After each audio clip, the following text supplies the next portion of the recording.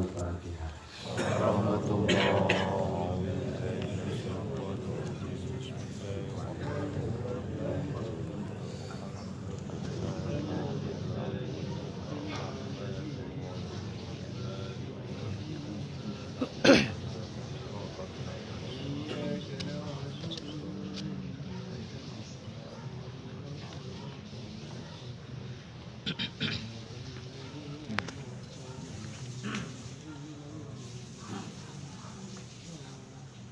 Pada malam yang berbahagia ini dengan taufik dan hidayah Allah bahwa kita dapat berkumpul seperti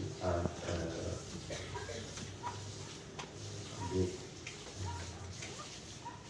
Makkah Ibrahim dan juga hadir bersama kita pada malam ini dari beberapa habaib guru kita istimewa yaitu Bapak dari keturunan Yusuf dan berbagian menyampaikan kepada kita manakib beliau dan ada juga sama kita Mufti Syabandi Haji Al-Aidin dari perkembangan beliau dan para ulama-ulama kita dari Manado dan juga dari Angola dan juga jemaah dari Jawa dan istimewa dari Aceh. Semua kita pagi-pagi besok akan kembali ke Aceh. Dan kami istimewa lagi saya Ibrahim dan Pak Razali dari Pasuruan juga hadir pada malam para hadirin hadirat sekalian. Saya tidak ada berencana untuk datang ke Makassar pada sebelumnya yang saya biasa datang ke Manado dan ke Gorontalo di dekat kami dari besar untuk perkenalkan saya ini Engku Haji Ansari Al-Abbasi. Ada di antara jamaah beliau kebetulan di Manado orang Makassar. Makanya beliau bersama Haji Arman untuk memperkenalkan saya dan juga saya masyarakat yang ada di Makassar dapat berlaku dengan saya. Sebenarnya sama ini bahwa Makassar banyak yaitu pertumbuhan mengenai tasawuf tarekat. Telah terdengar ada tarekat Al-Khalawiyah, ada tarekat Syadiliyah, ada tarekat Syafadiyah, ada tarekat Yusufiyah dan tarekat. Jadi bahwa saya sangat mencintai orang-orang tarekat. Maka dulu masih kecil, umur 10 tahun saya, 9 tahun saya telah dimasukkan oleh orang tua saya bertarekat. Jadi masih kelas 4 SD, saya telah dia membiarkan saya bertarekat sama dengan abang saya di Bali. Jadi makanya pengenalan terwajib bertarekat. Jadi itu sampai sekarang itu ada di tempat saya juga saya melakukan itu di mana-mana.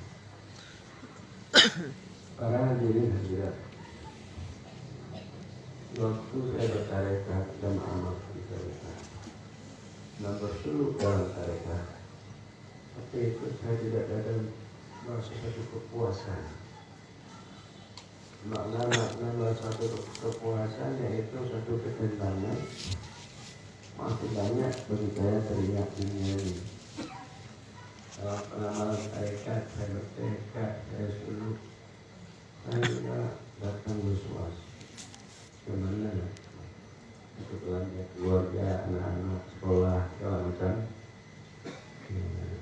Ada bagaimana juga supaya saya dapat sama di dalam penampilan saya dengan abang-abang saya, adik-adik saya. Dimana mereka sudah punya mobil yang bagus, punya rumah yang hebat, jadi dipanggil dakwah sana sini.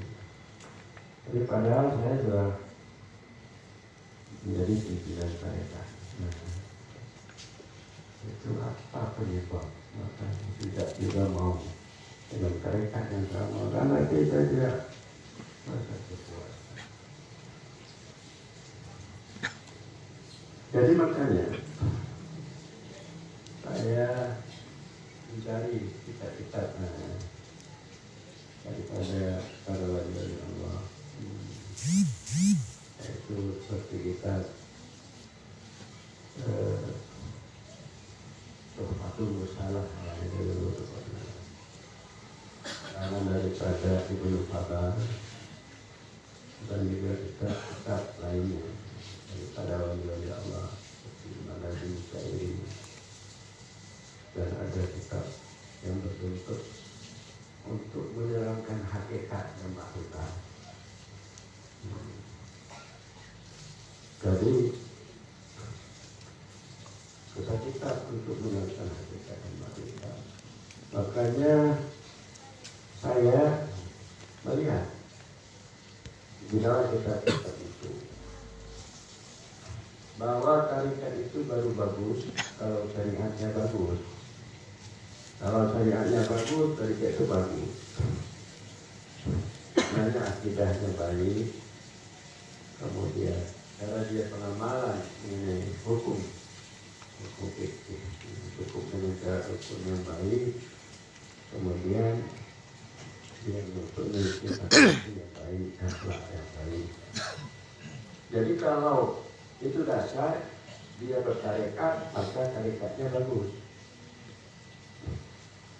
Jadi tarekat itu bagus kalau syariatnya bagus.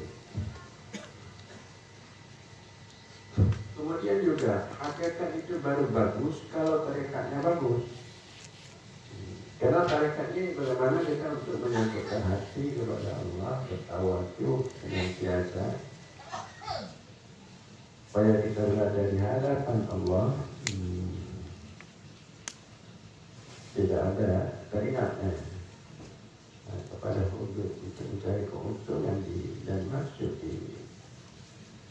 Jadi tarekat supaya dengan tarekat yang diberikan itu kita bisa berada di hadapan Allah. Supaya kita tidak telah terlihat lagi untuk mencari keuntungan ini. Cukup kita mencari reda Allah. Sama dengan apa yang disampaikan dalam tarekat apapun juga. Ilahi anta maksudi. Engkau yang aku maksud, redamu yang aku tuntut, bukan reda saya, bukan reda anak saya, bukan reda lain. Tarekat. Tadi di dalam tarekat sudah begitu itu dikatakan, tidak yang kamu setuju reda. Kemudian ditambah, kita tidak hanya cukup dengan tarekat. Ini mahabbataka wa ma'rifataka. Berikanlah olehmu ya Allah aku ini supaya dapat mencintaimu, supaya terjadi sifatmu di dalam batin saya. Itulah yang melupakan kita, yang memutuskan kita, ingatan kita kepada dunia ini. Terjadi cinta, terjadi Allah itu dalam batin kita. untuk kasih sayang bulannya. Jadi itu yang membawa kita beribadah, hidup hati, khusyuk Allah Subhanahu wa Ta'ala.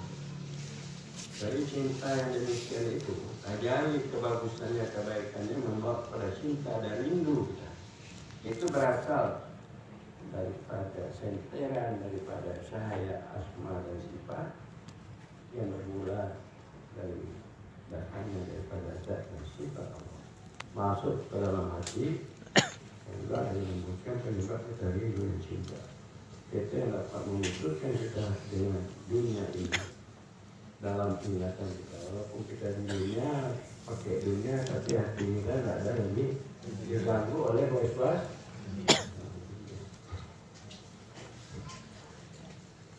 Jadi itu adalah merupakan seperti yang saya bilang tadi, untuk hakikat berdasar kepada kasyaf, tersingkap batin, terlihat kebagusan sifat-sifat Allah. Itulah yang menarik kita dekat dengan Allah. Kita lupa sebenarnya. Jadi bukan kita bertarekat dan berhakikat itu dengan dasar akidah, tidak. Akidah itu dasar syariat. Tadi kadang-kadang oleh mursyid-mursyid menganggap bahwa dia berhakikat, ya, dengan dasar akidah ini satu kesalahan. Jadi kita tidak bisa terangkat untuk hilangkan di dalam wujud Allah kalau dengan dasar akidah. Karena dasar akidah ini ada kita, ada Allah. Akidah kita beriman, kita berkeyakinan kita ada Allah. Tapi kalau kasyaf itu bisa membawa kepada tanah lupa kepada selain Allah. Karena terdapat cinta dan rindu yang membuat kita hilang di dalam segala apa yang mengganggu tidak kita hilang. Yang ada hanya Allah di dalam hidup Allah. Dari sinilah makanya saya dengan abang-abang saya berkilah tentang ini. Ketika saya mursyid, ya. Tapi mursyidnya berdasar akidah tasawuf tarekat itu tidak. Kalau untuk hakikat makrifat atau harus berasal dari kasyaf, dari syariat. Maka kalau kita lihat dalam Abdul Nafis, akidah itu ada Jabariyah, akidah itu ada Mu'tazilah, akidah itu ada Ahli Sunnah wal Jamaah. Jadi yang paling bagus akidah Ahli Sunnah wal Jamaah. Akidah Ahli Sunnah wal Jamaah itu penyebabnya kita bisa masuk surga. Tapi yang paling bagus adalah mazhab kasyaf. Mazhab kasyaf. Karena mazhab kasyaf itu tidak ada lagi wujud kita. Karena kita sudah sampai kepada hakikat, hilang wujud kita dan yang Allah. Makanya paling ada kita gambaran di dalam ilmu yang tidak mempermudah. Jadi itu juga yang dimaksud dengan wahdatul wujud. Itu juga yang dimaksud dengan tauhid sufi. Itu juga yang dimaksud dengan hakikat. Jadi ulama-ulama tasawuf atau kesufian sampai banyak membahas seperti yang telah saya katakan ini. Banyak. Maka kadang-kadang mereka dengan satu golongan, terikat dengan NU, terikat dengan macam, terikat dengan partai ini itu. Jadi bagi orang tasawuf sufi tidak terikat. Hanya yang mengikatnya Allah dan Rasul. Allah dan Rasul. Jadi supaya umat Islam ini supaya hanya mengikat Allah dan Rasul. Inilah tujuan untuk saya berpayah-payah ke sana pergi ke sini mengangkat ajaran kesufian ini.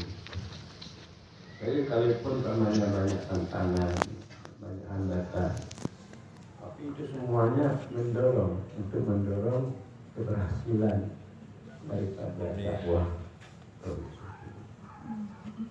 Jadi para hadirin sekalian, mudah-mudahan guru-guru para ahli tarekat yang berbagai-bagai dari Makassar dapat kiranya bersama-sama ya dari majelis pengkajian tasawuf ini untuk memperhatikan Islam dan umat Islam. Tapi kita diterangkan banyak problem Islam. Dia Islam tapi dia hanya fasik. Dia Islam tapi dia hanya munafik. Dia Islam tapi dia kufur nikmat. Dia Islam tapi dia syirik, yaitu syirik hati yang ada di dalam batinnya. Jadi inilah yang kita harus artinya angkat di dalam dada-dada umat Islam ini ajaran sufi itu tasawuf. Sama dengan tasawuf ini untuk melawan hawa nafsu. Kalau sufi untuk melawan syaitan. Ya, karena musuh kita yang paling yang Allah katakan di dalam Al-Quran yang paling musuh itu dan dalam hadis yaitu nafsu dan juga syaitan. Wala tattabi'u khutuwati syaitan. Innahu lakum. Jadi kalau syaitan yang ada pada diri kita ini telah bisa terusir, kalau hawa nafsu ini telah kita hamba, insyaallah kita menjadi mukmin yang kamil, mukmin yang sempurna. Jadi kita banyak ilmu, kita cinta, kita segala macam, kita ingin jamaah. Tapi kita tidak bisa menangkal hawa nafsu yang ada pada batin kita dan musuh syaitan ini, maka itu adalah penyebab timbul kehancuran. Hasil dalam pengamalan Islam agama yang kita cintai. Jadi demikian saja barangkali mohon maaf pada para hadirin, kami semua Haji Alaidin. Jadi Haji Alaidin ini ayahnya guru saya. Jadi ayahnya berguru pula, yaitu Abuya saya. Jadi Abuya saya ayahnya berguru pula pada neneknya. Jadi sudah bertanu ya. Berpilih-pilih nih, berpilih.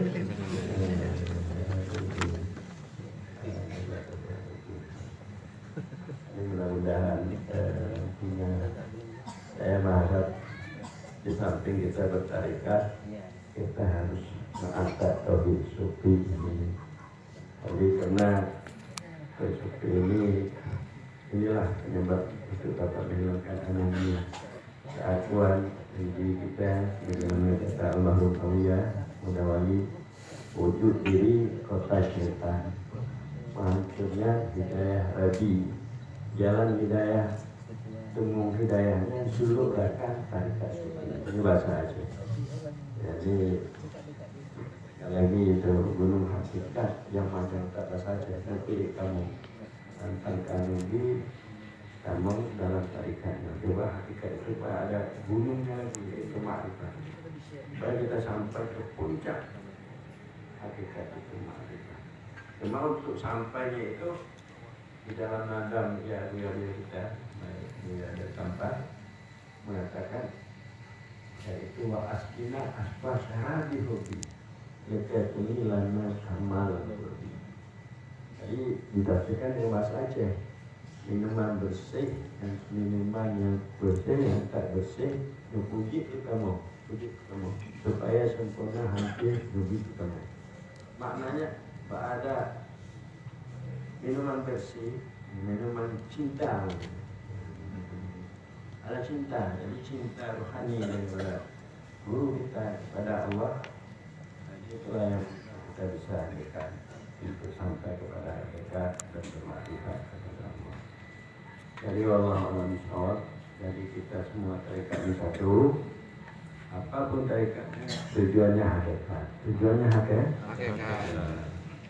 Jadi hakikat itu puncaknya makrifat.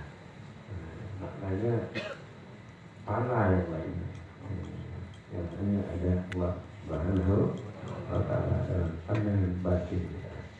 Jadi orang yang salah panah karena cahaya kepada Allah ini dia lupa pada lainnya.